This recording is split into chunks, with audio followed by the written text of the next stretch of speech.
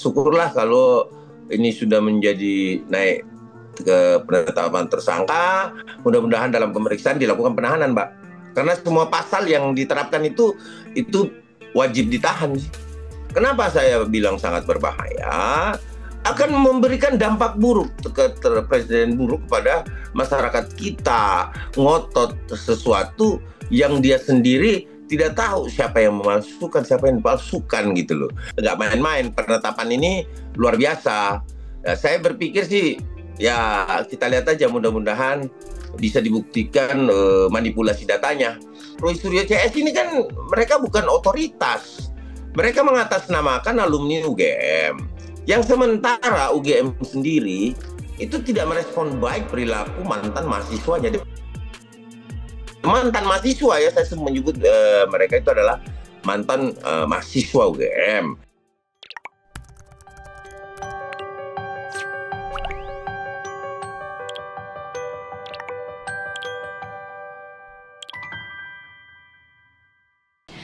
Halo Tribuners, kembali dengan On Fokus Tribun News bersama saya Apvia Tiokoni Billy. Tribuners, Polda Metro Jaya baru saja mengumumkan penetapan 8 orang tersangka terkait kasus tudingan ijazah palsu Presiden ke-7 Republik Indonesia Joko Widodo alias Jokowi. Dari 8 tersangka yang diumumkan, 1 diantaranya yakni mantan Menteri Menpora, pakar telematika Roy Suryo.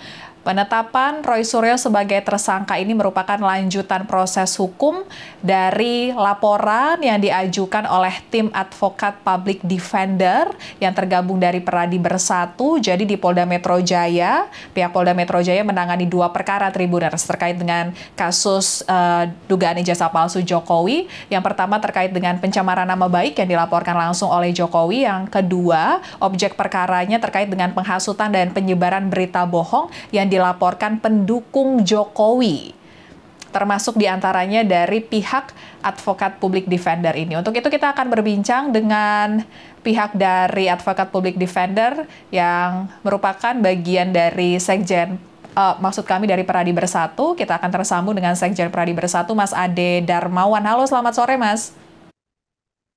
Selamat sore Mbak Via, apa kabar? Sehat, salam sehat semua. Tadinya saya akan menanyakan kabar, cuman sepertinya dari semangatnya nih baik sekali karena mendengar penetapan tersangka. Oh iya, kami apresiasi sekali Mbak Via ya. Artinya ada sesuatu yang memang kami tunggu-tunggu sekian lama, dengan beberapa keberatan hukum yang telah kami kirim juga ke Polda Metro Jaya serta Mabes Polri. Akhirnya pun saat ini sudah direspon oleh pihak kepolisian. Artinya bahwa apa yang keinginan kita melalui tahapan-tahapan itu akhirnya dilalui juga. Karena ada cenderung ya, kami sudah agak sedikit kecewa kemarin sebagai pelapor. Loh kok ini lama, bisa sampai 7 bulan, yang harusnya udah sampai tahap penetapan sebenarnya tersangka. Nah, tapi baru kali ini, dan kami tetap apapun itu, terjadi keterlambatan apapun itu dikarenakan memang ada unsur kehati-hatian di sini dalam menaikkan status saudara Roy Suryo CS, ya kami apresiasi lah. Artinya kami senang sekali masyarakat juga yang menurut Pak Roy adalah kelompok kami ya. Kelompok kami pun merasa senang, tetapi terlepas itu publik juga bisa mengetahui itu bahwa apa yang selama ini disampaikan kepada publik itu adalah kebohongan, dan memang kita bisa lihat dari penetapan tersangka tersebut bahwa unsur-unsur pelanggaran hukum, tindak pidana penghasutan dan pencemaran nama baik serta penebaran fitnah ya, itu terjadi di masyarakat kita. Jadi ini merupakan satu apresiasi yang luar biasa. Untuk terima kasih Pak Kapolda Metro Jaya ya. Semoga dalam waktu dekat setelah diperiksa sebagai berstatus tersangka segera bisa dilakukan penahanan. Itu harapan kami sih. Baik, sebelum lebih jauh kita ke depannya dan harapannya setelah adanya penetapan tersangka ini, mungkin kita mundur dulu ya Mas ya. Waktu itu Boleh? berarti melaporkan berapa orang, apakah termasuk mereka semuanya yang ditetapkan sebagai tersangka, kemudian apa saja pasal yang disangkakan waktu itu Mas? Oke, jadi kalau untuk laporan, jadi yang pertama kan sebelum Bapak Insinyur Joko Widodo, Presiden ke-7 itu melaporkan, kami dulu yang melaporkan di Jakarta Selatan. Kemudian laporan kami ditarik, dijadikan satu oleh Polda Metro di Subdit Kamnek. Itu jadi ada 3 laporan yang saya bisa jelaskan, bahwa 3 laporan tersebut adalah yang pertama laporan di Jakarta Pusat, kedua laporan di Jakarta Selatan, ketiga laporan yang ada di Bekasi. Ini ditarik oleh Polda Metro, kemudian dijadikan satu karena pasal dan eh, objek perkaranya itu sama, bahwa melaporkan Roy Suryo CS, sehingga digabunglah dia ke Subdit Kamnek. Nah, di Subdit Kamnek itu advokat public defender itu di Jakarta Selatan, ya, dari Pradi Bersatu. Nah, jadi dia ditariknya ke sana, kemudian diajukan satu, terus ada laporan, memang satu lagi laporan itu Bapak Insinyur Joko Widodo, ya, Bapak Presiden ke-7 Joko Widodo itu melaporkan di Polda langsung. Namun tidak dijadikan satu dalam artian oleh pelaporan yang ada di Polres tidak sama. Jadi statusnya gini, saya menyebut bahwa ini ada 2 laporan, karena itu faktanya, ya, ada 2 laporan dengan pasal yang berbeda. Kalau terkait dengan laporan Pak Insinyur Joko Widodo, itu terkait 310, 311, 32A, dan 45 dan lain-lain sebagainya. Ada beberapa lah, saya kurang melihat, karena bukan kami pemilih LP-nya, ya. Karena di dalam LP itu biasanya kalau kita melaporkan ke kepolisian itu disebut pasal-pasalnya, apa aja yang kita laporkan gitu loh. Nah, itu yang pertama, ya. Saya kembali lagi ke situ. Itu yang pertama, laporan Bapak Insinyur Joko Widodo, yaitu pencemaran nama baik, kemudian eh, data ilegal atau merubah data, 32A itu ancaman hukumannya cukup tinggi. Nah, kemudian laporan kami, laporan Pradi Bersatu, atau yang membentuk advokat public defender. Advokat public defender melaporkan itu pasal 160, ya, tentang penghasutan, kemudian 28 ayat 2. 28 ayat 2 itu jadi penyebaran fitnah, ya, atau bohong gitu. Nah, ini menjadi satu dengan 3 laporan tadi, 3 titik tadi. Ini dijadikan satu. Kemudian saksinya juga di switch, ya. Jadi saksi yang di kita digunakan juga oleh laporan yang di Bekasi dan eh, Bekasi dan Polres Jakarta Pusat, ya, kalau nggak salah, ya. Nah, itu disatukan karena di split juga, dia punya saksi-saksi, ya, karena kan nggak mungkin saling memperkuat saja kan antara relawan dan Pradi Bersatu. Nah, ini jadi ada 2 laporan ini yang dibagi lagi tuh setelah naik sidik.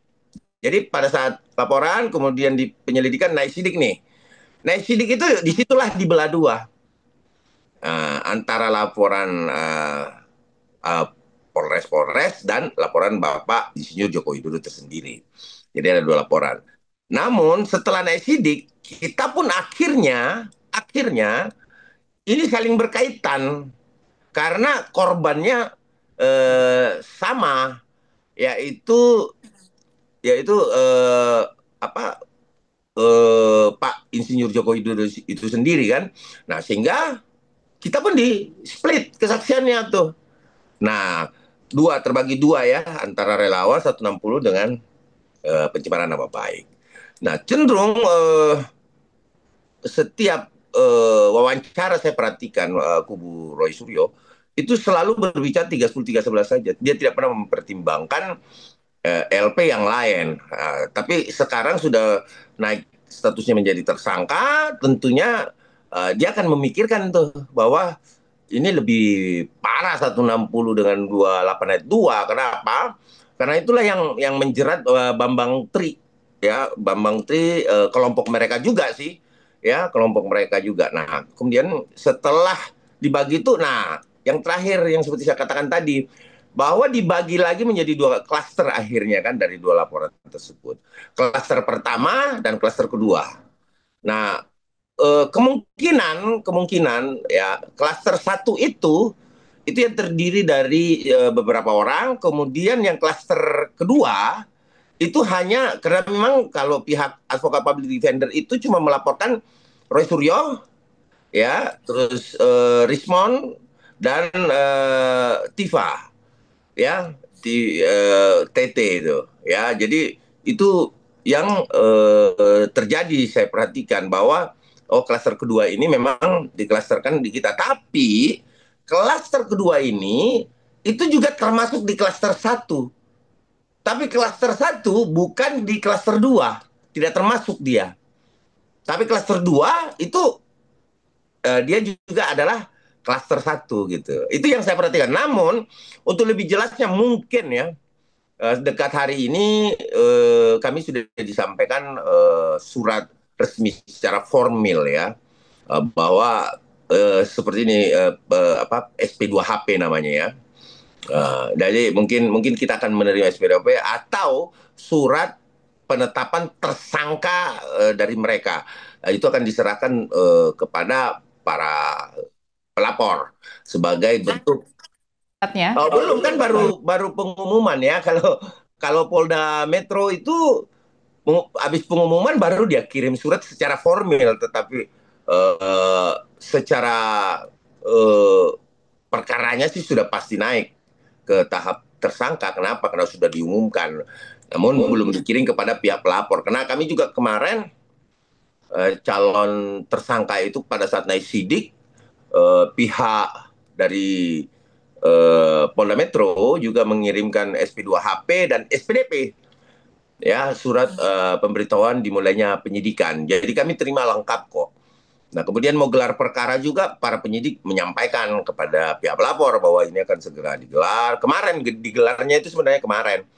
Nah, baru ditetapkan tadi ya jam 9 harusnya, karena memang mekanisme setelah gelar itu kewenangan penyidik lagi ya, dikembalikan setelah gelar apakah sepakat semua pada peserta gelar itu untuk menetapkan tersangka. Kemudian ya tibalah saatnya hari ini Polda Metro menyampaikan langsung oleh Kapolda Metro ya. Nah, kami apresiasi sekali. Hmm.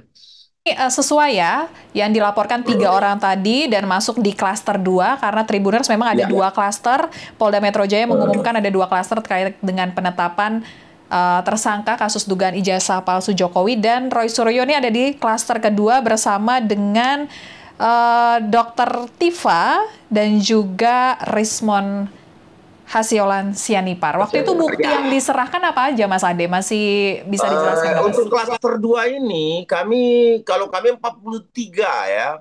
Link dan video jadi satu tuh ada 43, 42 ya bukti yang sudah kita serahkan. Kemudian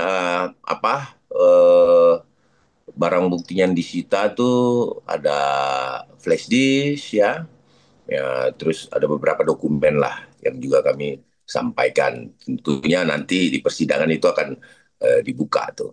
Karena kan sering kita jumpai bahwa apa buktinya, tidak ada buktinya kami melakukan ABC. Tetapi apapun itu karena kami yang menyusun, serta betul-betul kami sebagai penegak hukum ya tidak mungkin menyusun alat bukti itu asal-asalan ya. Karena kami tahu betul konsekuensi yang terjadi bila mana ada kekurangan di dalam pembuktian, itu beresikonya tentu akan bisa berbalik kepada kita sendiri. Sehingga untuk kehati-hatian, terus kecermatan dalam menyusun alat bukti, tanggal, waktu, narasi dan lain-lain sebagainya itu sangat detail. Jadi kami sudah menyerahkan itu ke polisi itu udah lama Mbak, udah berapa lama kami serahkan ya. Nah, terus kemudian kami juga merekomendasi beberapa ahli-ahli yang bisa diperiksa oleh Polda Metro yang netral ya. Jadi bukan bukan ahli yang mungkin dari kubu kami. Dan Polda Metro juga memiliki ahli sendiri kan. Jadi cuman kami merekomendasi beberapa, kami sampaikan bahwa kalau mau ya silakan pakai si A si B. Tetapi kalau oh kita punya kok Bang, ya ya sudah silakan monggo karena itu termasuk dari pemenuhan 184 ya, alat bukti bahwa keterangan ahli sebagai salah satu alat bukti. Sehingga kami serahkan kepada Polda Metro, kami percaya, tapi sempat lama kan, tapi akhirnya sekarang ya sudahlah, artinya ini sudah sangat tepat langkah yang diambil oleh kepolisian, karena penetapan status tersangka itu tidak mudah, tidak sembarangan dilakukan oleh pihak kepolisian. Kenapa? Karena ada dampak dan ada konsekuensi yang akan diterima Polda Metro bila mana ya Polda Metro itu tidak betul-betul cermat dalam penetapan itu. Nah, pasti ada konsekuensi yang sangat fatal. Jadi saya rasa nggak main-main penetapan ini luar biasa. Ya, saya berpikir sih ya kita lihat aja mudah-mudahan bisa dibuktikan manipulasi datanya. Pasal manipulasi data itu cukup berat ya untuk mereka ini. Ya pasti tentunya perannya di situ kalau manipulasi data saya lihat ya menggunakan beberapa rangkaian-rangkaian penjelasan itu hanya Roy dan Bang Rismon ya. Tapi yang lain kita nggak tahu ya. Yang lain setahu saya ada yang saya lihat melalui beberapa media yang mengangkat dan meneliti secara apa digital forensik itu kan Rismond saja dan Pak Roy ya. Jadi kita lihat aja apakah memang dalam beberapa pasal yang sudah diterapkan oleh Polda Metro Jaya, karena pembagian klaster itu juga ya saya dapat penjelasan tadi dari beberapa teman-teman di penyidik kabinet mengatakan bahwa klaster itu Bang sesuai dengan pelanggarannya. Jadi misalkanlah katakanlah si A cuman lakukan ini, si B lakukan ini. Nah mungkin yang kena pasal berlapis nanti itu yang melakukan manipulasi data gitu. Nah, itu siapa orangnya ya kita belum tahu ya. Nanti di pengadilan tentunya. Yang terpenting adalah dari dua klaster LP tersebut ya itu dua-duanya telah memenuhi syarat untuk bisa ditetapkan sebagai tersangka. Baik, kemudian bisa dijelaskan juga dari awal akhirnya membuat laporan terkait dengan penyebaran berita bohong dan juga adanya manipulasi data. Apa yang tim Peradi Bersatu lihat dari pernyataan-pernyataan Roy Suryo maupun Dr. Tifa dan Rismond, Mas? Oh, udah banyak sekali. Jadi gini, uh, biar publik juga mengerti ya bahwa kehati-hatian bernarasi itu sangat penting ya. Kenapa saya bilang penting? Karena ini akan berdampak hukum. Uh, Salah satunya saya ambil lah, katakanlah saya nggak bisa mengambil alat bukti yang saya paparkan atau kami susun kepada publik. Kenapa? Karena kami sangat menjaga kerahasiaan penyidikan. Karena apalagi ini udah berstatus tersangka kan. Nanti kan itu di pengadilan nanti ujinya apakah alat bukti itu sah atau tidak. Tapi kita lihat nanti di pengadilan. Namun saya bisa memberikan contoh seperti ini. Ya, kalau ada seseorang menceritakan kepada orang lain, apalagi itu di depan umum, bahwa si A itu memiliki ijazah palsu dan memalsukan ijazah. Nah ini penghasutannya sudah masuk karena dia disaksikan dari beberapa orang. Terus apalagi itu memakai mimbar. Nah, kalau itu memakai mimbar, media mainstream, media online ya YouTuber dan lain sebagainya, Tribun juga bisa sebagai alat bukti bila mana saya misalkan mengatakan pada saat kita berdialog seperti ini bahwa si B itu memiliki jasa palsu dan memalsukan, tetapi saya belum ada proses pengadilan yang menyatakan bahwa ijazah tersebut memang dipalsukan oleh si A gitu loh. Itu adalah penghasutan yang timbul. Terus ada perpecahan antar kelompok. Sara yang unsurnya Sara itu sangat mudah. Jadi katakanlah pendukung Bang Roy Suryo itu mendatangi sumber di Solo ya dengan kelompok-kelompok mereka yang mengatasnamakan salah satu aliansi. Nah, itu berarti kelompok, apalagi etnis tertentu atau agama tertentu kan, simbol-simbol negara, simbol-simbol agama. Nah, itu berarti ada kelompok seperti itu. Nah, kemudian terjadi juga pembakaran yang kita baru-baru uh, udah lama sih, sebelum sebelum naik penyidikan itu sudah pernah terjadi pembakaran poster Roy Suryo dan kawan-kawan kan, dari pendukung Bapak Insinyur Joko Widodo yang menamakan dirinya juga satu aliansi tertentu masyarakat. Nah, sehingga disinilah unsurnya yang bisa membuktikan bahwa terjadi penghasutan itu sehingga ada impact pada publik atau masyarakat di Indonesia, bahwa ada dua kejadian yang berbeda ya, di mana kelompok itu menggeruduk rumah Bapak Insinyur Joko Widodo di Jalan Sumber ya, Solo. Kemudian kalau nggak salah aliansi yang membakar foto Roy Suryo itu adalah aliansi yang ada di Yogyakarta kalau nggak salah, atau Jawa Timur kalau nggak salah ya. Saya kurang hafal ya. Tapi itu ada di media-media kok, bahwa pembakaran telah terjadi di foto Roy Suryo. Sehingga inilah pembunuhan unsur, Mak. Ya, pembunuhan unsur bila mana kejadian-kejadian itu disusun secara rapi dan memang itu dibuktikan karena ada penghasutan. Karena kan nggak mungkin ada kuculuk-kuculuk seseorang atau kelompok masyarakat tiba-tiba membakar foto Pak Roy Suryo dan kawan-kawan tanpa ada impact dari dia kan, sebenarnya kan, bahwa ada ujaran kebencian, ada fitnah di situ, sehingga terjadilah perpecahan di antar pendukung atau kelompok masyarakat. Nah, ini yang terjadi. Jadi itu sederhananya untuk pembuktian ya, bahwa memang harus seperti itu, sangat luas, dan itu diperiksa semua, Mbak. Jadi mulai dari orang yang kenapa dibakar foto Pak Roy, ada apa gitu kan, itu diperiksa. Dan saya rasa Polda Metro kalau nggak salah 100 berapa diperiksa tuh informasinya, Mbak. Ada berapa ratus itu ya kan. Dari Nah 100 itu ya Mas ya. ya lebih dari 100. Nah, itu dari sumber-sumber itu tadi.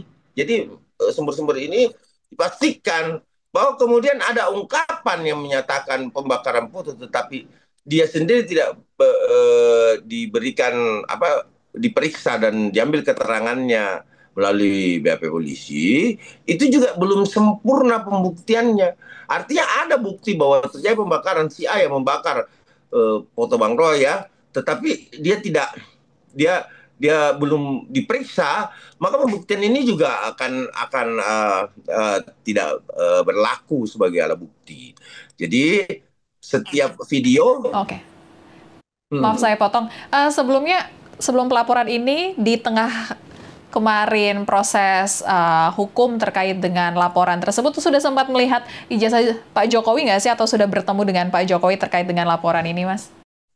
Kalau Pak Jokowi kami sering ketemu dan kami juga menyampaikan kepada Bapak bahwa Pak, kami turut melaporkan, dan Pak Jokowi merespon baik bahwa itu hak dari teman-teman advokat yang memang mau melaporkan itu, dan dia mengapresiasi itu, dan kami juga sempat ya kalau diperlihatkan ijazahnya sih, saya rasa saya nggak perlu melihat ya. Cukup dengan UGM menyampaikan sebagai otoritas, itu kami tidak bisa membantah lagi secara hukum ya. Kalau kita berbicara secara hukum, siapa sih yang memiliki kewenangan menyatakan bahwa ijazah ini asli apa palsu? Yaitu penerbit. Penerbitnya mengatakan bahwa ini adalah dikeluarkan di dia dan dilegitimasi, dan itu sudah diperiksa oleh polisi dan disita. ijazahnya disita kok Mbak. Dan kita lihat pernah ditampilkan juga sama Mabes Polri. Bukan berarti bahwa saya tidak melihat, kemudian saya harus eh, berprinsip bahwa Pak Jokowi tidak memiliki jasa. Enggak seperti itu. Bahwa sebenarnya Pak Jokowi itu menunjukkan kepada siapapun sebenarnya ya, mulai dari polisi, mulai dari KPU, mulai dari pada saat pendaftaran presiden kan diserahkan kepada KPU kan. Dari wali kota bahkan. Itu kan diserahkan KPU DKI, terus kemudian ada sama UGM sendiri yang menyampaikan itu. Saya rasa sudah cukup sekali publik itu yakin. Kenapa? Karena kalau kita nggak yakin, ya kita kan bukan otoritas. Apalagi Roy Suryo kan. Roy Suryo CS ini kan mereka bukan otoritas. Mereka mengatasnamakan alumni UGM. Yang sementara UGM sendiri itu tidak merespon baik perilaku mantan mahasiswanya. Mantan mahasiswa ya, saya menyebut mereka itu adalah mantan mahasiswa UGM yang seolah-olah memperjuangkan kebenaran. Ya, kebenaran yang mana? Kalau ada orang memperjuangkan kebenaran, terus tidak melalui proses yang betul-betul membuktikan bahwa itu adalah suatu kebenaran, berarti kan kebenarannya semu. Kalau dia semu kan berarti itu fata morgana. Nah, dia bayangkan Mbak ya, ada orang memprotes ijazah orang lain, sementara dia sendiri tidak pernah melihat ijazah itu. Nah, kan itu persoalannya. Nah, kemudian mengatakan bahwa tidak, bahkan menyampaikan kepada publik lebih tambah parah lagi sekarang nih, tidak punya ijazah. Ini kita akan buktikan di pengadilan nanti, karena waktu kita ketemu terakhir dengan Pak Jokowi dan saya sempat karena kami dengan Mas Gibran juga berdiskusi panjang lebar ya, terkait persoalan-persoalan kenegaraan, hukum dan lain sebagainya pada saat itu. Mas Gibran juga monggo ya teman-teman kalau misalkan mau mempermasalahkan ini, tapi pada dasarnya sih beliau-beliau itu tidak ada keinginan sebenarnya. Namun karena memang ini sudah kelewatan, apalagi ditambah ya datang ke makam Ibu Bapak Senior Joko Widodo, itu adalah satu perbuatan yang hina menurut saya ya Pak ya. Artinya kok sampai segitunya, ada apa sih pembenci ini sampai segitunya? Apa masalahnya ya kan? Nah ini yang kami sendiri nalar, kami sebagai penegak hukum bingung. Ya ini kok jurusnya kok kapak 212 ya, jurus mabok gitu, pendengar mabok. Nah, ini persoalan yang saya, tapi syukurlah kalau ini sudah menjadi naik ke penetapan tersangka, mudah-mudahan dalam pemeriksaan dilakukan penahanan, Mbak. Karena semua pasal yang diterapkan itu wajib ditahan sih.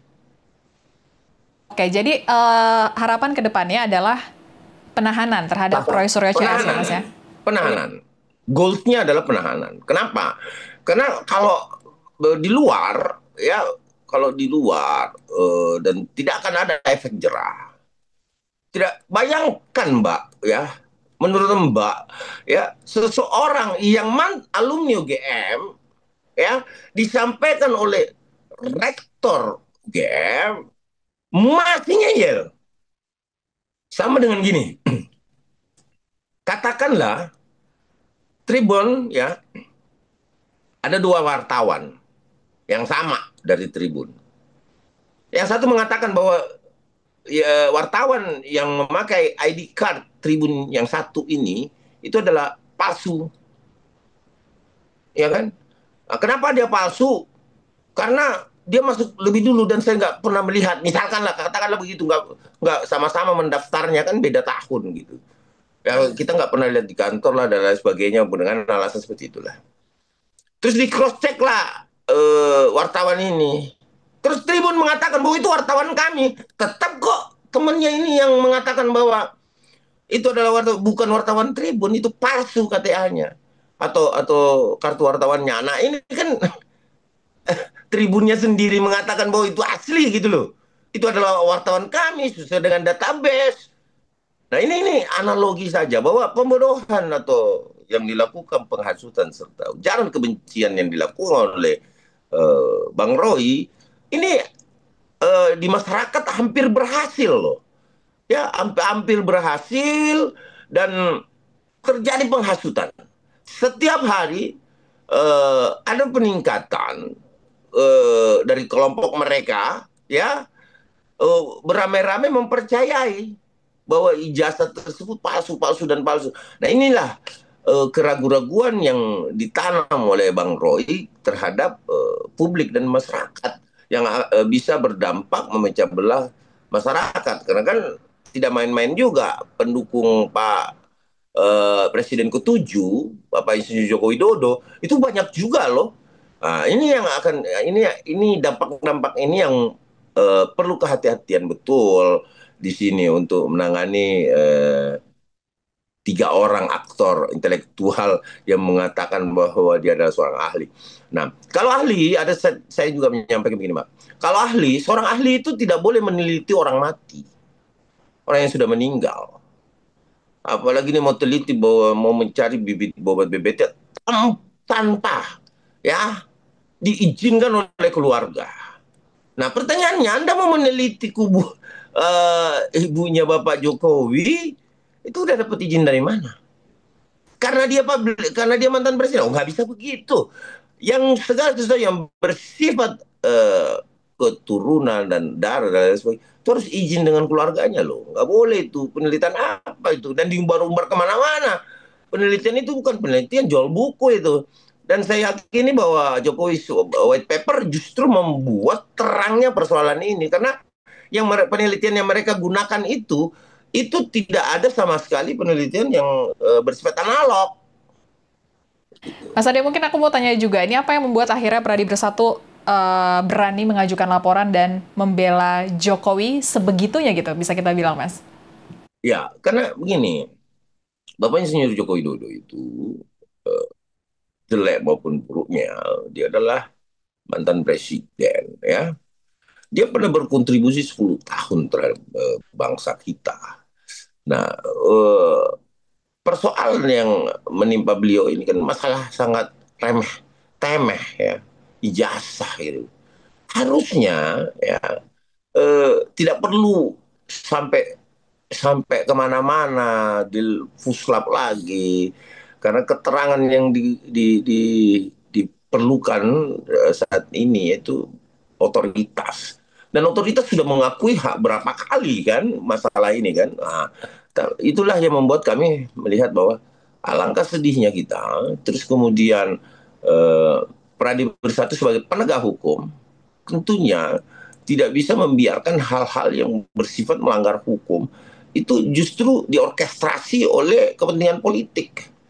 Nah, kami turun di sini, kami tidak mau bahwa dua dua satu bidang ilmu yang kemudian bisa mempengaruhi bidang ilmu yang lain ya politik. Sementara hukum kan nggak bisa seperti itu. Bahwa tidak boleh warnanya abu-abu, hitam dan putih. Itulah hukum gitu loh. Tidak jadi terpanggilnya kami juga melalui diskusi panjang, Mbak, dalam melakukan pembelaan terhadap Bapak Insinyur Joko Widodo. Diskusi yang panjang kepada teman-teman, seluruh yang kita libatkan bahwa ini harus kita tindak tegas. Kenapa kita tidak tegas? Ini nggak benar loh. Karena apapun itu, ini presiden kita, kenapa kok cuma Bapak Presiden Joko Widodo? Apakah di zamannya Megawati Soekarno Putri negara baik-baik saja? Apakah di zamannya Presiden Gus Dur dan Bapak SBY serta presiden-presiden yang lain termasuk Bung Karno, apakah negara kita baik-baik saja atau tidak pernahkah mereka melakukan satu kesalahan kebijakan yang tidak pro rakyat? Ya kan? Nah, inilah yang kami sebenarnya melihat bahwa oh tidak seperti itu. Apalagi Pak Joko Widodo ini pertama kami sangat memberikan apresiasi karena dia non korupsi ya. Saya melihat betul-betul kesederhanaan dalam setiap kami berkunjung pun melihat beliau itu dengan kesederhanaan yang luar biasa yang mungkin tidak akan dimiliki oleh pemimpin-pemimpin lain yang bisa seperti Bapak Insinyur Joko Widodo, ya terus seperti itu. Terbaru dari Mas Roy Suryo setelah penetapan sebagai tersangka, beliau menyatakan kalau misalnya terkait dengan penelitian ijazah Jokowi ya, itu maksudnya adalah sewajarnya karena dokumen publik dan merasa tidak bisa didiskriminalisasikan terkait dengan penelitian publik tersebut. Bagaimana tanggapannya dari pihak Pradi Bersatu? Ya, Pak Roy bisa saja ngomong apa saja. Bahwa kemudian itu diatur oleh hukum. Ya, ya dia tidak boleh penelitian itu melanggar hukum. Jadi gini, penelitian itu boleh salah, bisa salah, sah-sah saja. Misalkan ada suatu penelitian terjadi terjadi human error ya di situ, ya. Terjadi penelitian yang ada yang terlewati, katakanlah seperti itu gitu, ya. Sehingga terjadi uh, human error di dalam penelitian itu. Nah, human error ini itu melanggar hukum apa enggak? Gitu loh. Nah, data primer ya itu tidak ada di dalam buku itu dan penelitian itu. Mana ada data primer di situ? Yang ada semua data sekunder.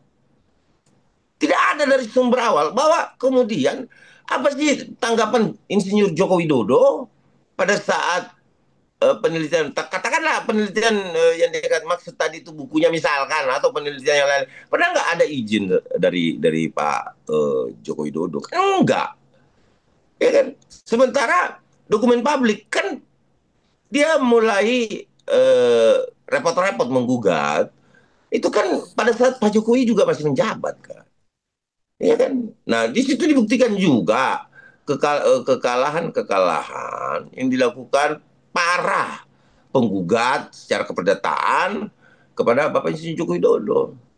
Kalah NO ya ada di pengadilan. Nah, terus apa lagi?